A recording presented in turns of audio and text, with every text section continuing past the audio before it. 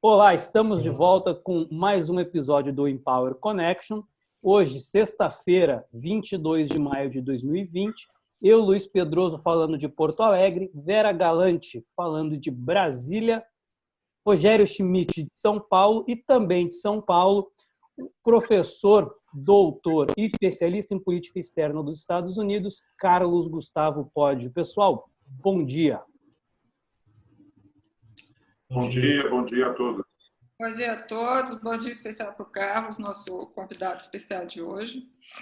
Bom, desde nosso... Nós temos assuntos, não? Desde a semana passada. Exatamente. Desde o nosso último programa, muita coisa aconteceu.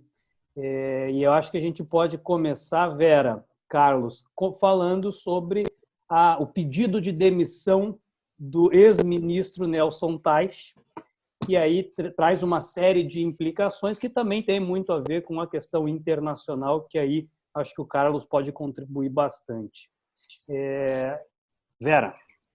Pois foi interessante que a gente sempre grava às 11 horas da manhã. Isso aí nós estabelecemos, nós não somos jornalistas, então a gente não tem que cobrir fatos à medida que eles acontecem, a gente analisa.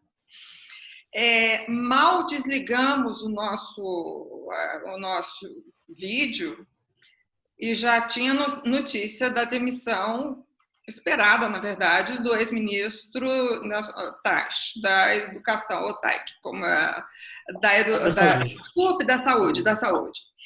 Ele saiu por divergências com o presidente, a mesma divergência, na verdade, que o ministro Mandetta teve com o presidente Bolsonaro. O ex-ministro Mandetta, é um político, teve muito mais jogo de cintura para se manter no cargo por mais tempo. Teich não é político, estava no cargo para fazer alguma coisa pelo Brasil, não tinha nem ambição política, apesar que há controvérsias, aí algumas pessoas dizem, e ele também tinha a mesma divergência, só que ele optou por sair, foi o que ele falou, a vida é feita de escolhas, eu escolhi sair, saiu.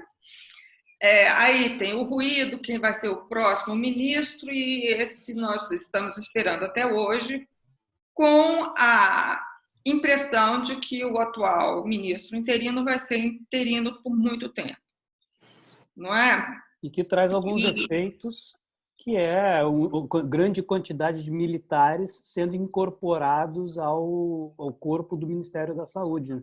A última conta que eu vi já eram 17. Certo, e há militares médicos, ou médicos militares, mas não é o caso dos militares que estão no Ministério da Saúde, eles são militares. Alguns ativos, outros não. O interessante é que a intenção do Ministério, aliás, do presidente, sempre foi a liberação da cloroquina como protocolo de tratamento do doente em fase inicial da Covid. O ministro está lá para isso. Só que hoje nós já vemos implicações, por exemplo, de falta para a fabricação da cloroquina no Brasil, da hidroxicloroquina. Mentira, não tem cloroquina para fazer a hidroxicloroquina. E esse é um problema que sai dos limites nacionais. Importação, passa por uma porção de políticas internacionais.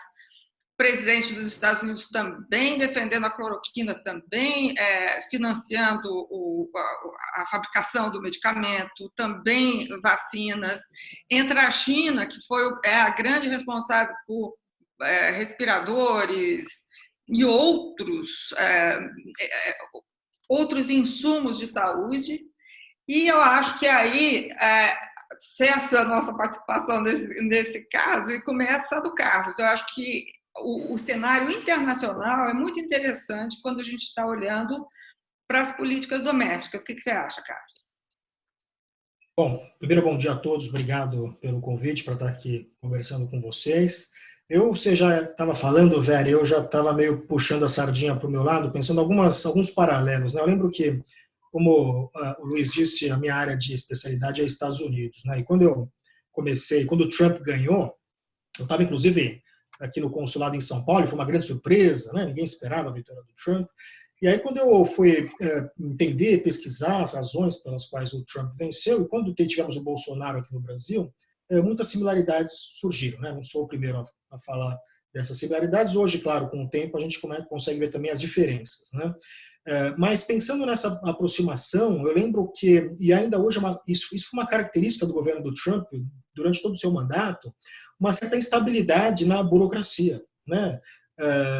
Quer dizer, uma certa incapacidade de manter os secretários, né, que são os equivalentes aos ministros nossos, né? Então, você teve uma troca muito grande e você teve também muitos, e ainda hoje isso, muitos postos que não foram preenchidos, né? Então, uma dificuldade em angariar e reter esses postos, porque são, nos dois casos, presidentes muito personalistas, né? E que têm dificuldades de aceitar subordinados que eventualmente desviem de um ou outro protocolo colocado pelo presidente. Então, essa confusão burocrática me parece que caracteriza muito a administração do Bolsonaro, que a gente tem visto isso no Ministério da Saúde, e que me lembrou muito o que aconteceu nos Estados Unidos durante a administração Trump, né?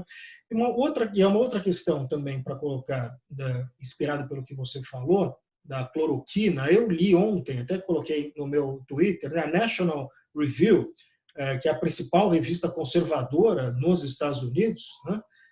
Talvez é o periódico fundador do moderno conservadorismo norte-americano, né? Da tamanha importância dessa revista. Eles fizeram um editorial, veja, não é um artigo de opinião, é um editorial da revista, da National Review, assinado pelos editores, criticando a abordagem do Trump com relação à cloroquina, dizendo que é uma questão idiota, usam a expressão idiota no título, coisa que não é comum da National Review, né?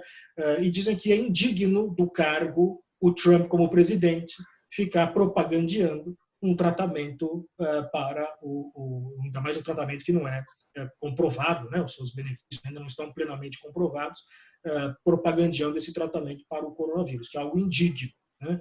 Então, essas duas questões me levaram a fazer esses paralelos, né, com o que está acontecendo no Brasil. Creio que a gente tem um reflexo dessa desorganização na saúde, é um reflexo da desorganização do governo como um todo, a dificuldade de acessar, né, nomes, né, até porque o Bolsonaro, isso é muito interessante, né, quer dizer, alguns nomes que apareceram na administração Bolsonaro, ele sequer sabia quem era. Quer dizer, quando ele chama o ministro da Educação, o Vélez, esqueci o colombiano, esqueci o nome do sujeito, de tão irrelevante que ele não merece, inclusive, que a gente lembre muito o nome dele, mas o próprio Bolsonaro não sabia quem era. Ele pegou uma dica do Olavo de Carvalho, que também não sabia quem. O Olavo de Carvalho deu uma entrevista para a BBC essa semana, dizendo assim, eu li lá os livros dele 20 anos atrás e achei que era bom e indiquei para o Bolsonaro. A mesma coisa o nosso digníssimo chanceler, ministro das Relações Exteriores.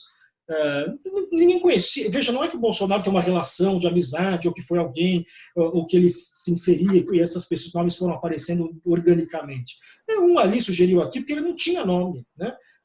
Isso é característico de presidentes que vêm com esse discurso de outsider, né? Se você é um outsider, como é que você vai compor a sua administração a partir dessa proposta, né? Quer dizer, todo mundo tem que ser um outsider como você na administração, então isso gera um problema, né? Então o que acontece é que o Bolsonaro, os nomes que ele nomeia para o Ministério, isso inclui o Ministério da Saúde, e essa dificuldade que ele está tendo em achar um outro nome, são nomes que ele não conhece, porque ele não construiu relações suficientes nos 20, 30 anos que ele passou em Brasília para poder nomear essas pessoas. Ele não tem capilaridade, digamos assim, seja em universidades, institutos, etc., que ele poderia acessar para conseguir chamar bons nomes, né? E o estilo dele de administração, como aí também é o caso do Trump, eu lembro que o Trump, quando ele perdeu o assessor de segurança nacional, ele teve dificuldade de achar outro, né? Que era o Flint, aquele problema, e alguns, um que ele estava pensando em chamar, que era um auxiliar do Mike Pence, recusou. Ou seja, as pessoas passam a falar, não quero esse pepino, né? Obrigado, é muito complicado trabalhar com o presidente nessas condições. E parece que é isso que está acontecendo. Desculpa, eu me estendi mais do que eu queria, acho que o Rogério quer falar. deixa eu levantar uma bola aqui, que é o aspecto de popularidade, né, eleitoral, tanto aqui no nosso caso como no caso americano, né? Uhum. O presidente Bolsonaro está numa trajetória aí de declínio, né, dos índices de aprovação em pesquisas. Essa semana agora até saiu aí uma pesquisa XP e PESP mostrando pela primeira vez que a proporção dos que desaprovam o governo é o dobro já daquela dos que o aprovam, 50% negativo e 25% positivo, né? Agora, o Bolsonaro não tem uma eleição esperando por ele na esquina, né? Diferentemente do Trump, né? Que vai ser candidato à reeleição aí em novembro. Até agora, assim, eu não sei o que vocês acham, mas tem havido o Bolsonaro até uma exceção, né? Em modo geral, a popularidade dos presidentes, dos primeiros ministros, aí no mundo inteiro tem crescido, né? Desde a eclosão aí da pandemia do coronavírus. Acho que até o próprio Trump subiu um pouquinho, né? Não sei se talvez o que a gente possa imaginar aí para a eleição americana, né? Será que nessa conjuntura o Trump fica mais complicado a possibilidade de reeleição dele? O que vocês acham? Olha, se me permite, o Trump ele tem uma característica muito clara em termos de aprovação, que isso ficou claro desde o início do mandato dele. Ele tem um índice de aprovação que é muito consistente, né? Varia muito pouco. Ele vai entre 40% e 49% e não sai disso, né? Aliás, ele é o primeiro presidente americano na história das pesquisas de opinião, desde que o Instituto Gallup começou a fazer pesquisa com o Roosevelt na década de 30. Ele é o primeiro presidente americano que não supera no Gallup, que é o único que a gente pode fazer essa comparação, porque é o que faz há mais tempo, os 50% de aprovação. O máximo que ele chegou foi 49%. Isso é inédito, né? Inédito para qualquer presidente norte-americano. E o que a gente tem olhado na questão do Trump é que não importa o que aconteça, a variação na aprovação dele é muito pequena. Houve, de fato, Rogério, como você disse, como houve com outros líderes, um aumento da popularidade do Trump, aumentando, né, nessa pós-crise do coronavírus, como vimos com outros líderes, que é um fenômeno razoavelmente bem estudado na ciência política, né, da tendência dos eleitores em apoiar o seu líder em tempos de crise. Isso a gente viu acontecer muito claramente. Agora, os números atuais do Trump eles já são idênticos aos números pré-pandemia. Né? Mais ou menos, se a gente olhar as pesquisas que têm saído, ele voltou ao patamar que ele tinha anterior. Então, é uma variação, mas ele retorna ao patamar. Me tenho a impressão que ele vai chegar em novembro com esse mesmo patamar. Né? E, se ele for eleito, vai ser eleito nas mesmas condições. Se ele for reeleito, vai ser reeleito nas mesmas condições que ele foi eleito, ganhando por margens pequenas em estados-chave e provavelmente perdendo o voto popular. Agora, a pandemia pode ter um outro efeito também sobre a eleição americana, que é reduzir o comparecimento às urnas, né? A gente sabe que uma das razões da vitória do Trump em 2016 foi que os eleitores republicanos foram votar em proporção maior do que os democratas, né? Se isso se repetir, quer dizer, agora é possível que haja uma queda, tanto no comparecimento dos dois lados, né? O que eu acho, pessoalmente, bom para o presidente atual, né? Para ele é interessante que menos gente vá votar, talvez favoreça aí a sua chance de reeleição. As variáveis são muito difíceis, né, para essa eleição específica, porque, associado ao que você está dizendo, deve haver um aumento muito grande, histórico, no número de eleitores que votam por correio. Né? Essa é uma característica que a eleição americana permite. Alguns estados americanos, o Colorado, por exemplo, é um estado que vota inteiramente por correio. Pouca gente sabe disso. Alguns estados americanos cuja votação é inteiramente por correio, ou seja, o sujeito recebe em sua casa a cédula eleitoral, preenche a cédula e retorna ou via correio ou em postos que ele pode depositar lá a sua cédula. Isso está tendo um debate enorme, o Trump está falando bastante também sobre isso, e a gente não está claro ainda, os estudos que eu olhei não deixam claro se isso favoreceria mais os republicanos ou os democratas, o voto por correio. Não tem nenhum estudo muito conclusivo nesse sentido. Apesar de haver uma percepção do Trump, me parece que isso favoreceria os democratas. Né? Então, essa é uma outra variável interessante e importante da gente olhar para essas eleições em novembro. Não só as pessoas que vão ficar em casa, mas o número de pessoas que vão votar por correio, que impacto isso vai ter na eleição. Eu vou pegar aqui no Brasil também estamos aí já prestes a ter que adiar as eleições municipais, né? Está se falando aí do primeiro turno em 15 de novembro, em vez do começo de outubro, e o segundo turno só em dezembro. Então, acho que eleições aí também não estão imunes, né, no mundo inteiro a essa nova conjuntura que a gente vive sanitária. Né? Diga, Luiz. Eu vou pegar aqui um paralelo com o que vocês falaram agora há pouco e trazer uma provocação, Rogério, para a gente continuar essa conversa, que é, nessa pesquisa da XP já ficou demonstrada essa desidratação do apoio ao governo Bolsonaro. Como você mencionou, com uma aprovação de ótimo ou bom, já beirando os 25%. Como que é esse deslocamento do apoio do Centrão, ou a aproximação que nós comentamos nas últimas semanas do governo Bolsonaro ao Centrão, pode influenciar nesse panorama ou nesse cenário futuro? Eu acho que essa aproximação aí do presidente com o Centrão é uma maneira de justamente uma resposta justamente a essa perda de popularidade. Né? A gente falou aí no primeiro programa nosso, o piloto, né, da tempestade perfeita, né? Então a gente sabe que tem algumas coisas que os presidentes devem fugir de qualquer maneira, como o diabo foge da cruz, né? Então não pode ter ao mesmo tempo um presidente com baixa popularidade, sem apoio no Congresso, num contexto de crise econômica, etc. Então o declínio da popularidade do Bolsonaro está sendo compensado, né, ou pelo menos na estratégia do governo, por buscar aumentar o seu apoio no Congresso através da aliança aí com esses partidos do Centrão. Né? Mas isso é incerto ainda, né? Porque nesse momento quase toda a agenda legislativa, né, é essa agenda aí emergencial de combate à crise, o tema das reformas que vinha pautando aí o governo até então, por enquanto está entre parênteses. Né? Para mim, acho que o verdadeiro teste será, depois superado esse momento aí da pandemia, se de fato o governo terá votos no Congresso na votação de projetos, ou até mesmo para se defender aí de uma eventual denúncia, né, uma abertura no processo de impeachment, por causa de todas essas confusões aí que a gente tem observado envolvendo figuras do governo ou a família Bolsonaro. Então, talvez esse seja, como foi para o ex-presidente Temer também, né? Quer dizer, ele tinha popularidade baixa, mas ele tinha uma ótima relação com o Congresso, né? Que em vários momentos serviu de colete à prova de balas, né? Digamos assim. Acho que é um pouco isso que o Bolsonaro tem em mente agora. Mas ainda não sei se vai funcionar. Acho que vamos precisar esperar aí esse momento de as coisas voltarem a uma certa normalidade. Posso? Eu acho que também desde o nosso primeiro programa aqui, a gente está falando que o Bolsonaro ele vive nos 30%. E os 30% garantem ou tentam garantir a estabilidade dele. 30% ele perdeu no Congresso, agora ele está tentando recuperar com o Centrão.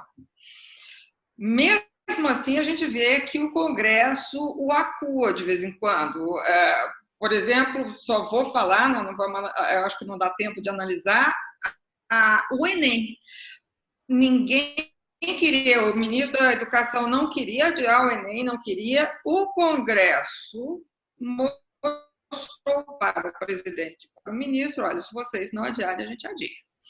Então, tá assim, ele está acuado pelo Congresso também. Essa aliança com o Centrão, para ele, é muito importante, porque ele está sentindo que dentro do Congresso ele não tem a maioria confortável para livrá-lo de algum processo de impeachment ou de qualquer processo ou qualquer medida que ele tome.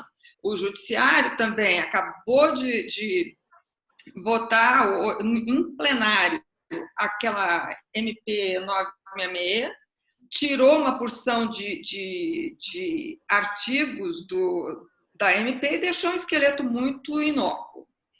Então, assim, o presidente está vendo que ele não tem a liberdade de manobra que ele tinha anteriormente. Volto a dizer que o Centrão é extremamente importante para ele. E o Roberto Jefferson, cada dia é mais importante para ele. É interessante como o Roberto Jefferson incorporou o vocabulário bolsonarista, né, rapidamente, né?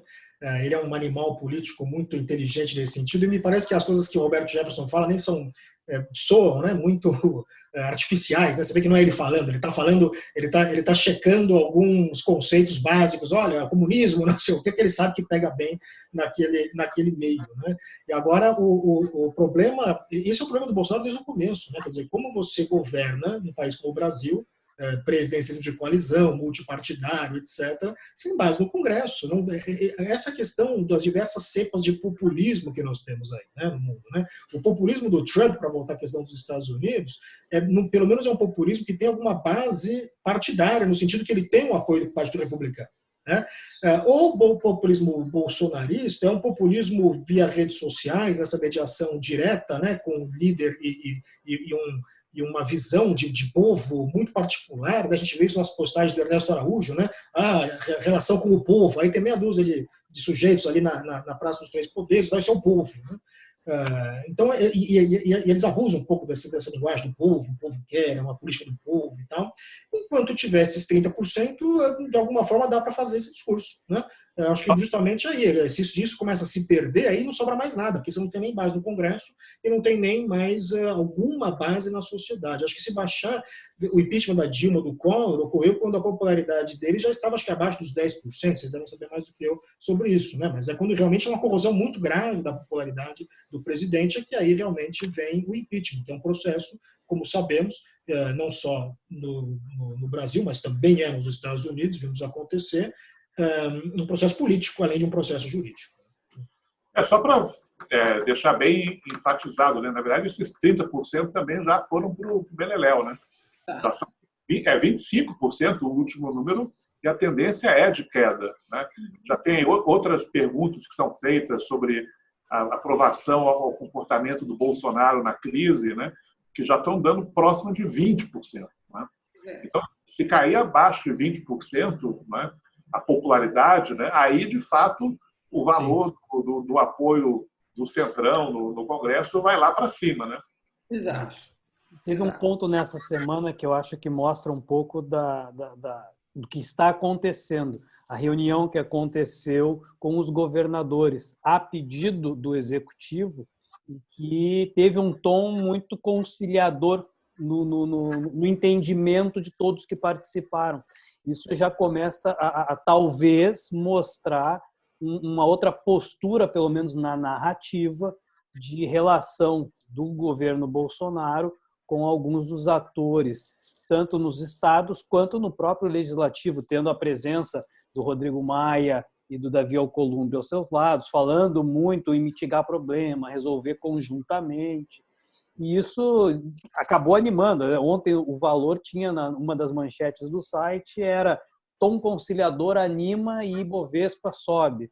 Então, acaba trazendo... E aí eu vou só aproveitar a presença do Carlos para puxar um gancho para o comércio internacional e como que a relação Estados Unidos e China, não só do ponto de vista eleitoral, mas também do ponto de vista pós-pandemia, como que isso pode ter um impacto para o mundo e para o Brasil. Essa questão de nacionalismos exacerbados, protecionismos, como que o Carlos vê isso para o futuro. Curioso Luiz, como há esse desejo por uma normalidade, né? Quer dizer, até a Bolsa respira aliviada quando há um mínimo indício de normalidade. Eu, de minha parte, só acredito vendo, né? Ou seja, se isso é um soluço, ou se daqui a uma semana ele está de novo falando as barbaridades, e sempre volta a ser, o que eu acho que é o mais provável, inclusive, de acontecer. Né? Então, vamos ver quanto tempo que vai durar essa nova postura do Bolsonaro. Né? Dito isso, claro, há uma questão que se falou muito na imprensa americana essa semana, que não é só essa semana, já faz algum tempo que vem falando isso, inclusive eu venho tratando disso em sala de aula, a ideia de uma nova Guerra Fria. Né? Isso cresceu muito nas últimas semanas e, por conta da pandemia, muito a narrativa de que está se encaminhando para uma espécie, claro, guardadas as devidas proporções, as diferenças, etc., de uma nova Guerra Fria entre Estados Unidos e China dessa vez. Né? Isso está muito claro no caso dos dois países. Veja que no caso dos Estados Unidos não é só o discurso anti-China, né? E o Trump tem um discurso anti-China muito claro, né? O vírus chinês, por exemplo, etc. Né? Mas as ações, né? As ações que o Trump vem tomando, a administração. E veja, essa é uma questão que não é, isso eu falei também já algumas vezes, não é do Trump, né? Essa postura anti-China, é uma postura que tem aderência na sociedade americana hoje em dia e que você vê presente também entre os democratas. O que significa que, independente do resultado das eleições de novembro, não deve mudar muito a relação entre Estados Unidos e China, nesse sentido. Ou seja, nós estamos diante daquilo que os especialistas de relações internacionais vão chamar de uma questão estrutural, né? Então, independe de quem exatamente está ocupando o poder naquele momento, é uma questão da estrutura do sistema internacional. E aí a questão que se coloca é como é que o Brasil vai se colocar dentro dessa nova realidade estrutural de uma disputa muito clara entre Estados Unidos e China, né? Do lado chinês, a gente vê também muito claramente os chineses perdendo o constrangimento em falar abertamente as críticas aos Estados Unidos. A gente vê isso na imprensa chinesa, né? que a imprensa chinesa é chancelada pelo Partido Comunista Chinês, né? Então, o que está lá na imprensa chinesa, na verdade, é o que o Partido Comunista Chinês está falando. E aí, como é que o Brasil vai se inserir nisso, né? A gente tem veja, nem no governo militar, durante a Guerra Fria, o Brasil se jogou nos braços de um ou do outro lado, né? A gente teve momentos pendulares, né, ao longo da política externa brasileira, mesmo durante a Guerra Fria e durante a ditadura militar, né? Então, acho que a gente ainda está buscando, de novo, eu estou querendo entender aqui não só do Bolsonaro, que vai ficar mais 2 ou 6 anos, mas, enfim, do ponto de vista mais amplo, né? Como é que a política externa brasileira vai se acomodar a essa nova realidade internacional que me parece que está se solidificando. Acho que essa é a grande questão para a gente ver nos próximos meses, nos próximos anos. Excelente, excelente. E para a semana, Vera, o que a gente pode tentar usar a ferramenta bolinha de cristal? Microfone. Hoje vai ter uma posição do ministro Celso Mello quanto ao vídeo da reunião do dia 22. Antigamente, sextas-feiras eram dias mornos, todo mundo ia para casa, preparar para o final de semana. Não acontece isso mais. Sexta-feira passada tivemos a demissão do Taix, agora nós temos o vídeo que deve ser liberado na sua totalidade ou em partes, até às 5 horas da tarde. Então, esperemos para ver o que vai acontecer. E eu acho que esse vídeo vai determinar, ou partes dele, vai determinar muito o que vai acontecer semana que vem. Então, domingo já está anunciado aí mais uma manifestação lá do sim. Bolsonaro em frente ao Planalto, né? Vamos ver também como vai ser a reação do presidente, né? O que tipo de... se ele vai aprontar de novo, né? Ou não. Se vai ser o presidente normal que nós estamos falando, ou se de novo ele volta a ser o velho Bolsonaro. Num outro plano, acho que o Rogério comentou isso ao longo da semana, até que ponto vão as denúncias do empresário Paulo Marinho e como que isso vai atingindo a família Bolsonaro e as suas relações com os outros poderes.